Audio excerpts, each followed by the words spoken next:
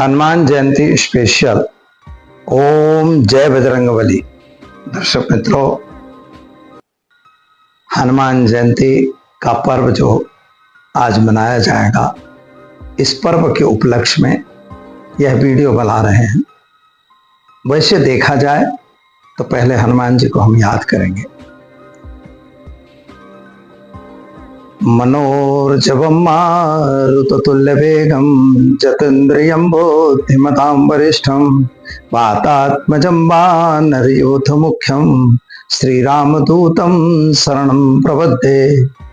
भगवान हनुमान जी को प्रणाम करके हम शुरू करते हैं आज का वीडियो। और हमारे जितने भी दर्शक मित्र हैं, अगर वीडियो में पहली बार जुड़ रहे हैं चैनल में, तो सब्सक्राइब करें, बेल आइकॉन बटन जरूर दबाएं, अपनी कमेंट जरूर भेजें। ओम हुम हनुमते नमः। वीर वीर महावीर सूखी नदी में बहाओ नीर, भूखे को खिलाओ खीर, तो जानू मैं सच्चा वीर। भगवान हनुमान जी को ओम राम ह्रीम ह्रोम ह्रैम होम हनुमते रुद्रात्मकाय हुम फट।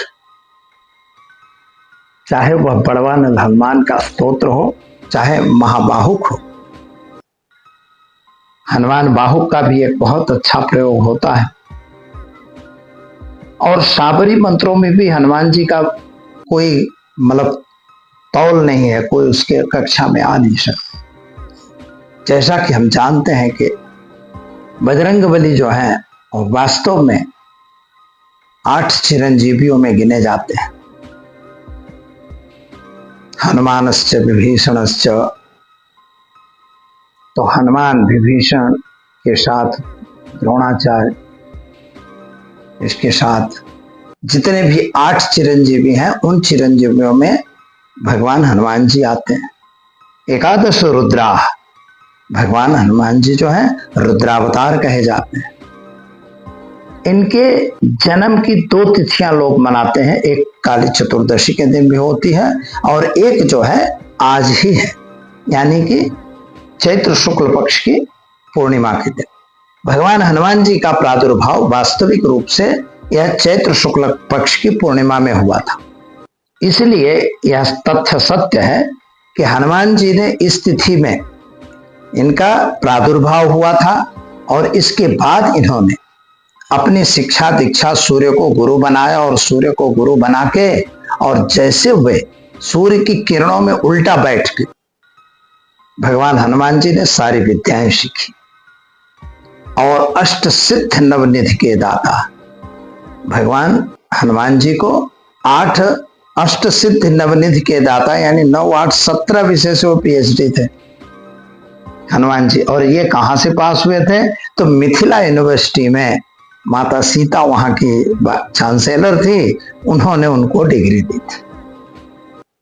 क्योंकि लिखा हुआ है कि अष्ट सिद्ध नवनिधि के दाता असवर दीन जानकी माता, यानी वह डिग्री जो दिया था मां जानकी ने दिया था। और डिग्री भी मिली तो आप समझ सकते हो कि 7 योजन पारा, समुद्र 100 योजन का था, वह कूद गए। चाहे वह उड़ के गए, कैसे भी गए।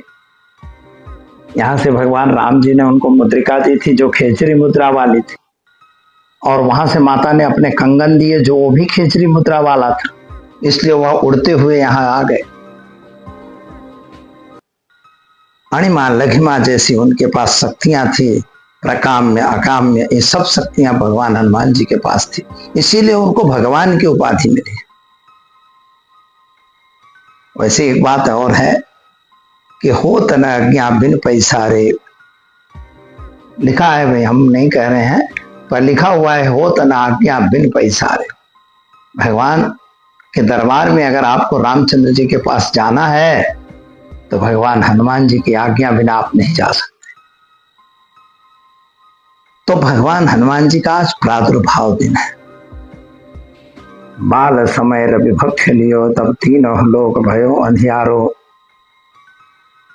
भगवान हनुमान जी ने रवि यानी सूर्य को ऐसा समझा कि भाई फल होगा, यह लिखा हुआ है। लोग कहते हैं बाल समय रवि भक्ष लियो, रवि को भगवान को निगल गए यानी पृथ्वी पर के वातावरण में तकलीफ हो गई, प्रकाश संश्लेषण क्रियाएं बंद हो गई, ऑक्सीजन की कमी आ गई, ऐसा बताते हैं, लिखा हुआ है। लेकिन इसका अर्थ तात्पर्य क्या है? इसका तात्पर्य इतना ही है कि सूर्य उनको गुरु बन गए और सूर्य के पास उन्होंने विद्या पाई और इतनी विद्या पा गए थे कि वो चाहे तो पूरे दुनिया को एक बार वहां के प्रकाश संश्लेषण की क्रिया बंद कर सकते थे, ऑक्सीजन का जो उत्सर्जन था वह भी बंद कर सकते थे। यही उनकी शक्ति थी। अतुलित बलिधामम हेम शैलाभिदेहम धनुज वन कृषाणु बानराणाम अधीशम रघुपत प्रिय भक्तम बात जातम नमामि। अब यहां पर एक बात और सब लोग समझ सकते हो, शंकर सुवन भगवान शंकर के पुत्र थे, यानी अंश शंकर के, इसीलिए उनको रुद्रावतार कहा गया। पवन तनय भगवान पवन देव के भी पुत्र थे। इसके बारे में भी ऐसा कुछ लोगों की कहना ऐसा होता है कि भाई पवन देव जो थे, अंजनी माई बैठी थी तो पवन देव ने हनुमान जी का दर्शन करने की अपेक्षा व्यक्त कर ली, पर वहां ऐसी बात नहीं है। वहां पर यह कहा कि पवन तने पवन जी उनको प्रसन्न हो गए, क्योंकि पवन को जब भगवान सूर्य को निकले तो पूरी चारों तरफ का पवन बंद हो गया और हनुमान जी ने छोड़ा, इसलिए पवन खुश हुए, इसलिए उनको अपना बेटा मान लिया कि भाई आप हमारे बेटे के तुल्य हो और हम आपको बेटा ही समझते हैं।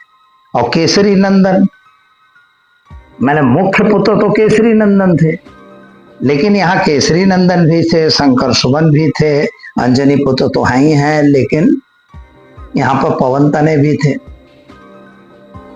तो भगवान हनुमान जी के ये जो पद थे, तो किसी ने उनको शक्ति प्रदान की, किसी ने उनको उड़ने की ताकत दी, किसी ने उनको अपने आप में रुद्रावतारी बना दिया और अतुलित बलिधाम इसीलिए वो बने, इतने बलशाली थे कि अकेले ही जाके लंका जैसी लंका को, रावण जैसे रावण को मात देकर और लंका को जला के वापस आए, क्योंकि उनके पास जो शक्तियां थी अणिमा महिमा वाली, उन शक्तियों से उन्होंने अपनी पूंछ लंबी कर दी। कहते हैं कि घृत वसन तेल सब कुछ वहां खत्म हो गया था, इतनी लंबी पूंछ कर दिया था।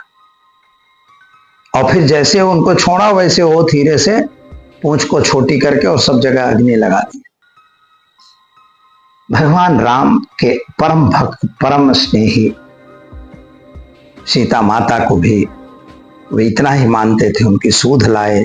भगवान राम ने उनको अपने भरत भाई की तरह पदवी दिया, तुम मम प्रिय भरत हैं जिम, जिस तरह से मुझे भरत प्रिय हैं उसी तरह से आप मुझे प्रिय हो।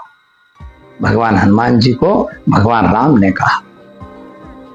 सीता माई को सिंदूर लगाते देख के पूछा क्या है, बोले इससे आप हमारे पति की आयु ज्यादा रहती है। तो भगवान शिव ने क्या किया, भगवान हनुमान जी ने सारे बदन में सिंदूर लपेट लिया, भाई पूरी भगवान की आयु अच्छी रहे, हमसे क्या लेना देना। मोती का माला पहनाया, तोड़ तोड़ के देखा, बोले राम नाम नहीं है, छाती फाड़ के भी राम को दिखा दिया। इतनी शक्ति और इतनी अपार श्रद्धा नहीं हो सकती जो भगवान हनुमान जी में थी। अगर आप भी भगवान हनुमान जी के गुणानुवाद करते हैं, हनुमान चालीसा का पाठ करते हैं, तो जो 7 बार पाठ कर कोई छूटे बंदे महासुख होई, हर प्रकार के आपके कार्य पूरे होंगे। लेकिन ओम हुम हनुमते नमः यह पहले पढ़ना है एक माला, इसके बाद में पहले ओम राम रामाय नमः, इसके बाद ओम हुम हनुमते नमः, इसके बाद हनुमान चालीसा का पाठ आप करिए, इसके बाद अंत में भी एक एक माला राम राम की और एक माला हनुमान जी के ओम हुम हनुमते नमः मंत्र की। बस इतना कर दीजिए, बहुत अच्छा रहेगा। अगर कोई शत्रु परेशान कर रहा है तो बड़वानर स्तोत्र का पाठ कर दीजिए, उसका पूजा कर दीजिए और उसका आहुति हवन वगैरह कर दीजिए। इसका एक प्रयोग है, वो अभी आप चाहें तो हमसे जान सकते हैं। इसके अतिरिक्त तो बहुत सारे कार्य हैं। अगर वायु से पीड़ित हैं, रोग से कष्ट से पीड़ित हैं, तो हनुमान बाहुक का पाठ करवा दीजिए, बिल्कुल आप मुक्त हो जाएंगे। और कोई असंभव कार्य अगर आपके पास है तब भी इन्हीं मंत्रों से आप कर सकते हैं। और रोजगार प्राप्ति के लिए तो मैंने बोला ही कि वीर वीर महावीर सुखी बहाओ ने भूखे को खिलाओ के नंगे को पहनाओ चेर। इस मंत्र का जाप कर दे, दुहाई हनुमान जी की, दुहाई गौरा पार्वती की, बस इतना आप मंत्र पाठ कर दीजिए, फिर देखिए आपको कैसे रोजगार मिलता है।